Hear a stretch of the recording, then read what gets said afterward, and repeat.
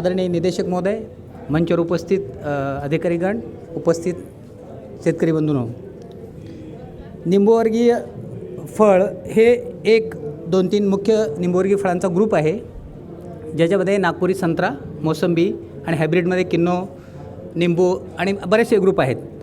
मित्रहो, की सर्वात महत्त्वाचा ग्रुप म्हटलं तरी चालेल आणि तसंच मॅनेजमेंटच्या दृष्टिकोनातून फार सेन्सिटिव्ह असा क्रॉप आहे. मी आता तुम्हाला पाणी आणि खत नियोजन हे कसे आणि का महत्त्वाचे याबद्दल मी तुम्हाला सांगणार आहे. निंबूवर्गीय फळ हे पाण्याला सेन्सिटिव्ह आहे. जास्त पाऊस जास्त पाणी, कमी पाऊस कमी पाणी, पाणी देणे आणि निचरा पाण्याचा करणे ह्या दोन्ही गोष्टी फार तंतोतंत नसतील तर कदाचित आपल्याला आपलं प्रोडक्शन घेता येणार नाही आहे. तुम्ही जर बघाल, इव्हन भारतमध्ये आपण जरी क्षेत्रफळ वाईज 4 नंबर जगामध्ये असलो तरी उत्पादनवर आपण नाही आहे, कारण आपण नुसतं क्षेत्र वाढवलेलं आहे, आपण आपली उत्पादकता नाही आहे. आता उत्पादन म्हणजे किती निघतं ते उत्पादन आहे आणि किती क्षेत्रातून जास्त निघतं ते उत्पादकता आहे. उत्पादकता म्हणजे कसं, एक शेतकरी जर एकरातून 20 टन घेत असेल तर त्याची उत्पादकता चांगली आहे आणि ती आपली उत्पादकता सगळीकडे सरासरी 10 ते 15 टनाच्या आत आहे. त्याला कारण म्हणजे आताच मराठे साहेबांनी जे जमिनीच्या प्रकार आणि सिलेक्शनबद्दल सांगितलं ते त्याला मुख्य कारण आहे.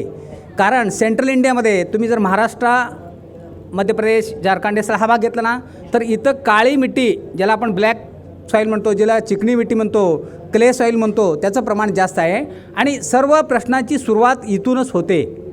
कारण फळ पीक म्हणलं की आपण आपल्या डोक्यात एक गोष्ट असायला पाहिजे की त्याला पाणी शक्यतो कमी लागतं, म्हणून तर आपण फळ पिकं घेतो.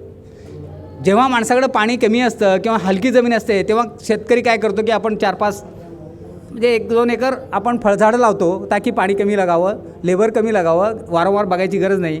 पण पहिल्या लेक्चरमध्ये तुम्ही बघितलं की प्लॅन्टिंग मटेरियल जर व्हायरस फ्री असेल तर 20-25 वर्ष आपल्याला काही प्रॉब्लेम्स येणार नाहीत.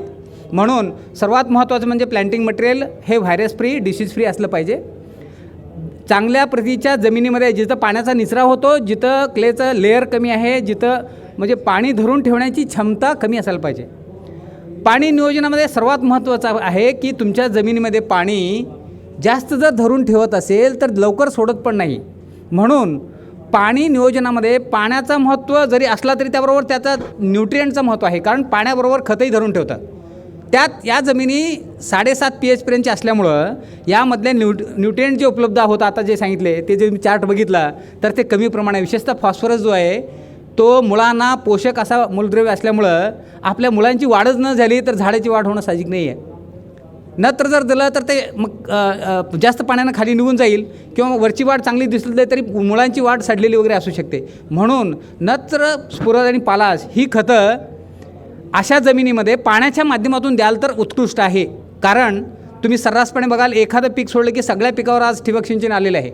मायक्रो इरिगेशन हे इतकं ट्रिमेंडस म्हणजे त्याचं उत्क्रांती झालेली आहे की आज कुठलंही पीक बघितलं की तुम्ही त्याला ते ड्रिप बघता, पर्याय नाही आहे. म्हणून पाणी नियोजनामध्ये सर्वात महत्त्वाचा भाग आहे पाणी किती द्यावं, किती दिवसानंतर द्यावं, कसे द्यावे आणि दिल्यानंतरलं पाणी कसं वाचून ठेवावं ताकी आपल्याला पाणी 100% उपलब्ध होईल.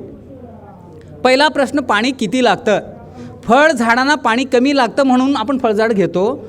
पाणी आपण साधारणतः 100-150 लिटर जरी पाणी झाडाला दिलं तरी झाडाला 10-20 लिटरच लागतं. पण जमिनीतले जे बाष्पीभवन आहे ते होण्यासाठी आपण जमिनीला द्यावं लागतं. मुळांच्या फेऱ्यामध्ये ते पाणी आपण टाकतो, बाष्पीभवनाने निघून गेलं तरी थोडं बहुत 10-20 लिटर पाणी जे झाडाच्या पानातून जातं त्याच्यासाठी आपल्याला 200 लिटर पाणी लागतं.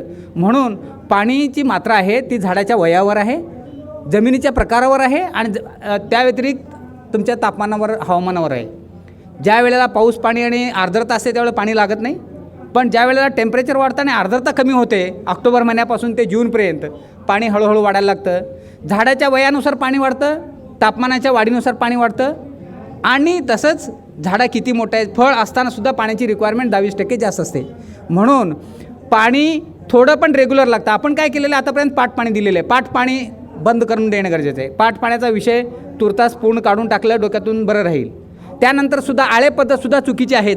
आपण झाडाच्या मुळांना पाणी देतो, चुकीचं आहे. खोडाला पाणी द्यायचं नाही आहे. खोड हे धरून ठेवण्यासाठी आहे, पाणी घेण्यासाठी नाही आहे. खरे पाणी घेणारे, खत घेणारे मुळं हे बाहेरच्या बाजूला आहेत. झाड जर तुम्ही झाडाच्या सावलीखाली दुपारच्या सावलीखाली बसाल तर ज्या ठिकाणी सावलीचा तो गोल पडलेला आहे त्या ठिकाणी सगळ्या मुळ्या एकवटलेल्या आहेत. जे छोटे आहेत तंतुमय मुळे आहेत. मूळ जितकं छोटं तितकं अतिमहत्त्वाचं, कारण छोटं मूळ हे उंच पाणी आणि खत पोचवू शकतं, मोठं मूळ तेवढं उंच पोचवू शकत नाही आहे. म्हणून आपलं नियोजनाचा जो एरिया आहे तो बाहेरच्या बाजूला असायला पाहिजे. एक आळे करून पाणी बुंद्याला न लावता दुहेरी आळे करून जर आपण पाणी सोडत गेलं, पाणीही वारंवार लागेल, पाणी कमी लागेल आणि तंतुमय मुळाच्या क्षेत्रामध्ये आपण खत पाण्याचं नियोजन करू शकतो. म्हणून आपण पाट पाणी बंद करून आळे पद्धत बंद करून दुहेरी आळे पद्धतवर करण्याची गरज आहे. काही इन्व्हेस्टमेंट करायची गरज नाही. स्वतः आपण कष्टानं ते करू शकतो जर ड्रीप नाही लावायचं झालं तर. पण मी असं रेकमेंड करेन, असं सांगेन की ड्रीप करायला पाहिजे. मोठे झाडं होत असताना 1 वर्षाप्रमाणे ड्रीपर वाढवायला पाहिजे. मायक्रो इरिगेशन म्हणजे ज्याला आपण ठिबक सिंचन म्हणू, त्याचा अनन्यसाधारण महत्त्व आहे. त्याचे फायदे काय मी सांगत बसणार नाही. अनेक कंपनीचे स्टॉल्स लागलेले आहेत. तुम्ही त्यामध्ये जस्ट फिरकाल तर तुम्हाला सगळे ते पॉम्पलेट सगळे याच्यातून त्याचे फायदे लक्षात येतील. म्हणून मी एवढं सांगू इच्छितो की झाडाच्या मुळ्याला कव्हरेज करण्यासारखं त्या कंपनीकडून आपण ड्रीप बसून घ्यायचं आहे. सुरुवातीला 1 लाईनची ड्रीप लावून 4 लिटरचे 4 ड्रिपर 2 ड्रिपर लावत वाढवत आपण 8 लिटरच्या ड्रिपरवर येता येतं. जर हाय डेन्सिटी प्लॅन्टिंग केलं असेल, जर रेजबेडवर केलं असेल, बेडिंग सिस्टमवर केलं असेल तर डबल लाईन इनलाईन ड्रिपरही दोन्ही साईडला टाकता येतात. पाण्याचं नियोजन हातात आहे, कंट्रोल करता येतं. लागेल तसं पाणी देता येतं, लागेल तसं ताण देता येतो. पाट पाण्यामध्ये ताण कंट्रोल करता येत नाही आहे. पाण्याचा ताणवर सगळ्या त्यांच्या फ्लॉवरिंग म्हणजे ज्याला फलधारणा अवलंबून आहे.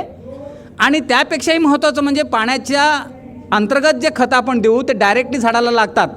म्हणजे जमिनीच्या सामूप्रमाणे जे फिक्सेशनचा प्रॉब्लेम आहे त्यावर जर मात करायची असेल तर पाण्यामध्ये विद्राव्य खते द्या. सगळे फर्टिलायझर कंपन्यांनी वॉटर सोल्युबल फर्टिलायझरच्या विभाग खोललेला आहे. कारण त्यांना माहीत झालं आता खतं पूर्ण पाण्यातूनच जातील. कारण 20 ते 25% बचत आहे, 100% उपयोगक्षमता आहे पाण्याची आणि पर्यायाने खताची, लेबरचं सेविंग आहे आणि ऑटोमेशनमध्ये किंवा तुम्ही ड्रिपनं पाणी द्याल तर सगळ्या झाडांना सारखं पाणी देता. त्यामुळं झाडं सारखी, फळं सारखी, फळांची सारखंपणा असेल तर तुम्हाला एक्सपोर्ट क्वालिटीचे संत्रे काढता येतात, मोसंबी काढता येतात. त्याचबरोबर मायक्रोन्यूट्रिएंट वगैरे कमी प्रमाणात पाण्यातून देतात. खतामध्ये बचत करत असताना मायक्रोन्यूट्रिएंट पण खताची बचत होऊ शकते. इतर कुठलेही खत तुम्ही रेकमेंड कराल कुठल्या एक्सपर्टच्या माध्यमातून तर ते आपल्याला पाण्या माध्यमातून देता येतात. तिसरी गोष्ट अशी आहे की आपण दिलेलं पाणी कसं वाचवायचं. एकदा झाडाखाली पाणी आपण 200 लिटर अजूनही ते 2-3 दिवस कसं टिकून ठेवण्यासाठी आपल्याला मल्चिंगसारख्या टेक्निक वापरायची गरज आहे. एका जमान्यामध्ये आम्ही मल्चिंग सांगायचं तर ते विशेष कोणी लक्ष द्यायचं नाही. पण गेल्या 2-3 वर्षामध्ये जे दुष्काळ पडलेला आहे तर 1500-1600 हेक्टरवर लोकांनी मल्चिंग केलेलं आहे. दगडाचं, मातीचं, पालापाचोळा काय जे मिळेल त्या साधनाचा वापर करून झाडाच्या आळ्यामध्ये मल्चिंग केलेलं आहे, जेणेकरून झाडं वाचवलेले आहेत. काही वेळेला झाडावरून फळं पण काढले गेलेले आहेत दुष्काळाला म्हणजे नियंत्रण करण्यासाठी. पण दिलेलं पाणी 4 दिवसाचं पाणी असेल तर मल्चिंग केलं तर 5व्या दिवशी पाणी पुरतं. 20% बचत आपल्याला मल्चिंगच्या माध्यमातून मिळवता येतं. याचबरोबर आपल्याला निचऱ्याबद्दलही विचार करायचे. पाणी देणं सोपं आहे पण झाडातून पाणी काढणं फार अवघड आहे. म्हणून मला हे सांगावंसं वाटतं, जेव्हा पावसाळा असतो त्या पिरियडमध्ये आपल्याला झाडाच्या बुंद्यातून पाणी काढण्यासाठी निचऱ्याची व्यवस्था करणं गरजेचं आहे. अदरवाईज आंब्याचे फळं खाली येतात, झाड पहिल्यांदा फळ खाली पडतं, पानं पिवळे पडतात, पानं गळतात, नंतर झाडी वाळतं. म्हणून फळांची बचत करायची असेल आंब्यामध्ये तर पावसाळ्यामध्ये ड्रेनेज सिस्टम ज्याला सरफेस ड्रेनेज म्हणतो, ज्याला ओपन डिच ड्रेनेज सिस्टम म्हणतो ते देणं गरजेचं आहे. आणि ह्या सगळ्या गोष्टी जर एकत्रित कराल तरच काळ्या मातीतल्या बगीचा वाचतील आणि आपल्याला पाण्याचं नियोजन व्यवस्थित केलं तरच उत्पादन जास्त मिळेल, उत्पादकता टिकून राहील आणि फळांची क्वालिटी येईल. जर तुम्ही फर्टिलायझर पाण्याच्या माध्यमातून जर वापराल तर फळांची जी इंटरनल क्वालिटी म्हणतो, कमी ॲसिडिटी, जास्त गोडवा हा येऊ शकतो. आंब्याचे फळंसुद्धा गोड होऊ शकतात. पाणी जास्त म्हणजे फळांची क्वालिटी डाऊन. म्हणून पाण्याचं नियोजन असेल, कंट्रोल असेल तर चांगल्या क्वालिटीचे फळं आपल्याला काढता येतात. तर या सर्व गोष्टीचा जर वापर कराल तर निश्चितच तुमची उत्पादन वाढेल, फळांची क्वालिटी वाढेल आणि मला असं वाटतं की मग पाण्याच्या नियोजनाचं महत्त्व समजलं असं मी म्हणता येईल. धन्यवाद.